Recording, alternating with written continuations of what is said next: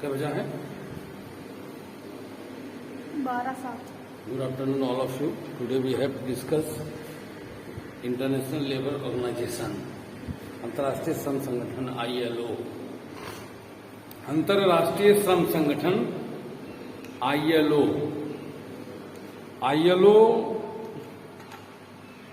का मौलिक सिद्धांत, गठन तथा कार्यों का विवेचना कीजिए। ILO के मौलिक श्रम संगठन के मौलिक सिद्धांतों, गठन एवं कार्यों की विवेचना कीजिए। यह विश्व का सबसे बड़ा श्रमिक संगठन है। ये क्या है? विश्व का सबसे बड़ा श्रमिक संगठन है। इसकी स्थापना 11 अप्रैल 1919 को वर्साई संधि के अंतर्गत हुई थी। राष्ट्र संघ के अंतर्गत यह प्रथम विशिष्ट अभिकरण था। 14 दिसंबर 1946 को इसे संयुक्त राष्ट्र संघ का अंग स्वीकार किया गया। 14 दिसंबर 1946 को इसे संयुक्त राष्ट्र संघ का अंग स्वीकार किया गया। इन 1969 में इसकी 50वीं वर्षगांठ पर इसको नोबेल शांति पुरस्कार मिला। अब आपको यह मालूम रखना चाहिए कि इस संगठन को नोबेल शांति पुरस्कार मिल चुका है। वर्तमान में इसकी सदस्य संख्या 187 है। वर्तमान में इसकी सदस्य संख्या कितनी है? 187 है। यह ऐसी अंतर्राष्ट्रीय संस्था है जो द्वितीय विश्व युद्ध के काल में ही कार्य करती रही। अंतर्राष्ट्रीय श्रम संगठन के मौलिक सिद्धांत। अंतर्राष्ट्रीय श्रम संगठन एजेंसियों के रूप में संगठन श्रमिक की स्थिति तथा उनकी स्थितियों को ध्यान में रखकर कार्य करता है। उनके जीवन स्तर को उन्नत करने, उनमें आपसी जो प्रतिद्वंदिता है उसको खत्म करने, प्रतिस्पर्धा को बढ़ाने, आपसी मनमुटाव को खत्म करने और एक अच्छे सौहार्द की वातावरण को देने तथा उन्हें पूर्ण रूप से स्वच्छंद माहौल को उपस्थित करने में इसकी बहुत बड़ी भूमिका होती है।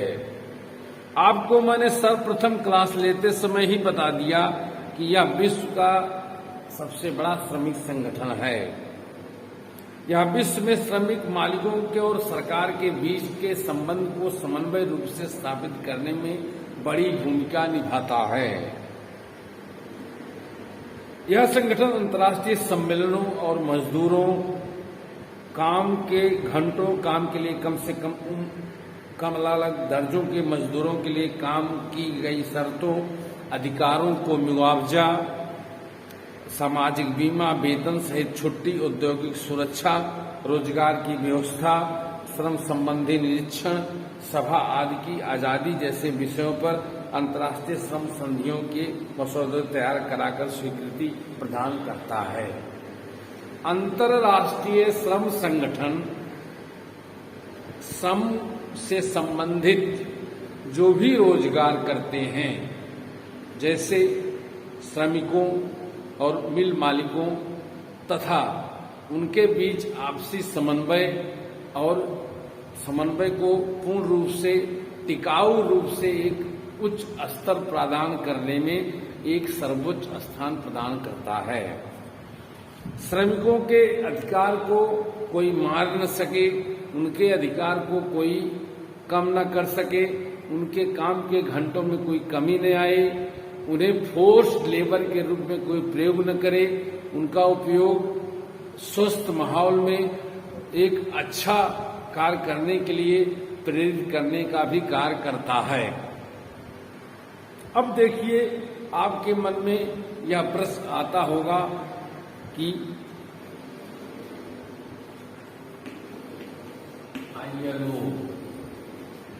आपके मन में यह प्रश्न आता होगा कि अगर औद्योगिक जगत में आज के पूंजीवाद व्यवस्था में विकास करना है तो श्रमिकों की अनदेखी नहीं की जा सकती।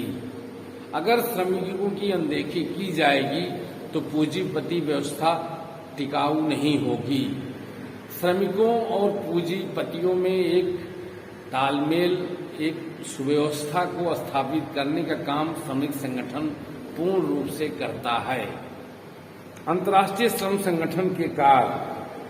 अंतर्राष्ट्रीय श्रम संगठन के निम्नलिखित कार्य हैं। वह निम्नलिखित कार्य हैं, यह बुनियादी मानवाधिकार को बढ़ावा देने, कामकाज और रहन सहन की स्थितियां सुधारने तथा रोजगार के अवसर बढ़ाने की नीतियों एवं और कार्यक्रम तैयार करना है।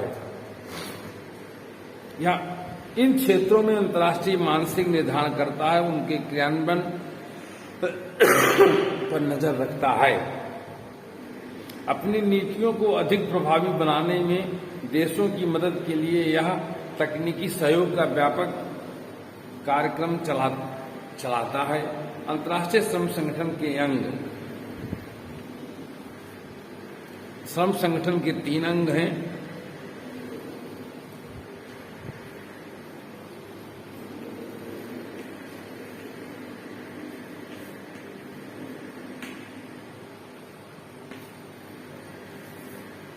नंबर 1 श्रम संगठन,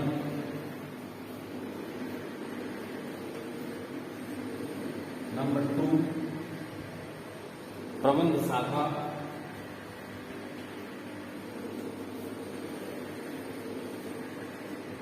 नंबर 3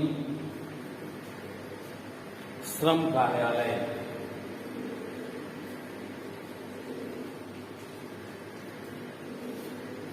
अब देखिए, इस श्रम संगठन के 3 अंग हैं जो मुख्य रूप से इन 3 अंगों का अत्यंत महत्वपूर्ण रोल होता है श्रम संगठन को संचालन करने के लिए। श्रम संगठन को संचालन करने के लिए इन 3 अंगों के बगैर श्रम संगठन कभी भी संचालित नहीं हो सकता। जैसे पहला, श्रम संगठन।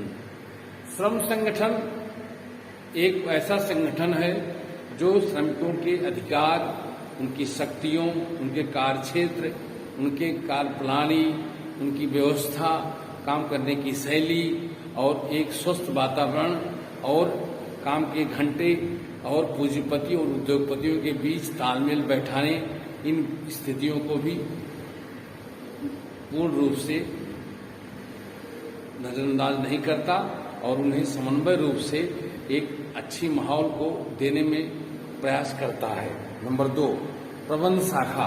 प्रबंध शाखा श्रम संगठन का एक महत्वपूर्ण द्वितीय बिंदु है, जिसके बगैर श्रम संगठन का संचालन नहीं हो सकता। तीसरा, श्रम कार्यालय।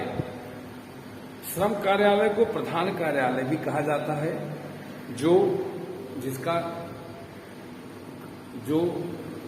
जिसमें सारे दस्तावेज, सारे श्रमिकों के कार्य, शक्तियां, उनके काम करने के उपकरण कैसे कार्य करेंगे, इन सब पर विचार विमर्श होता है। इसका प्रधान कार्यालय जिनेवा, स्विट्जरलैंड में है। कहाँ पर है? जिनेवा, स्विट्जरलैंड में है। अंतर्राष्ट्रीय श्रम संगठन का सर्वप्रमुख राजनीतिक अंग अंतर्राष्ट्रीय श्रम सम्मेलन है, जिसकी प्रतिवर्ष बैठक होती है तथा श्रम के मानक तय किए जाते हैं। इसकी बैठक प्रतिवर्ष होती है तथा इसका मूल मानक जो होता है श्रम होता है। अंतर्राष्ट्रीय श्रम संगठन विश्व के संगठनों में से एक अद्वितीय संगठन है, जिसमें अपनी नीतियां बनाने में 28 सरकारों के प्रतिनिधियों के श्रमिकों के नियोक्ताओं के 14 प्रतिनिधियों का समान स्तर रहता है, समान स्वर रहता है। अंतर्राष्ट्रीय श्रम कार्यालय इंटरनेशनल लेबर ऑफिस संगठन का अस्थायी सचिवालय है। अंतर्राष्ट्रीय श्रम कार्यालय संगठन का अस्थायी सचिवालय है। ILO का जिनेवा स्थित कार्यालय सम अध्ययन संस्थान तुर्की इटली में अंतर्राष्ट्रीय प्रशिक्षण केंद्र द्वारा अध्ययन और प्रशिक्षण की सुविधाएं उपलब्ध कराता है। तो देखिए, इस विषय में आपको महत्वपूर्ण रूप से इस क्वेश्चन पर जैसे आपको सवाल बनता है, discuss the fundamental principles composition and functions of International Labour Organisation. ये सवाल आपके लिए महत्वपूर्ण है, टिप्पणी या बड़े सवाल में आ सकता है। अब आपको बताने जा रहे हैं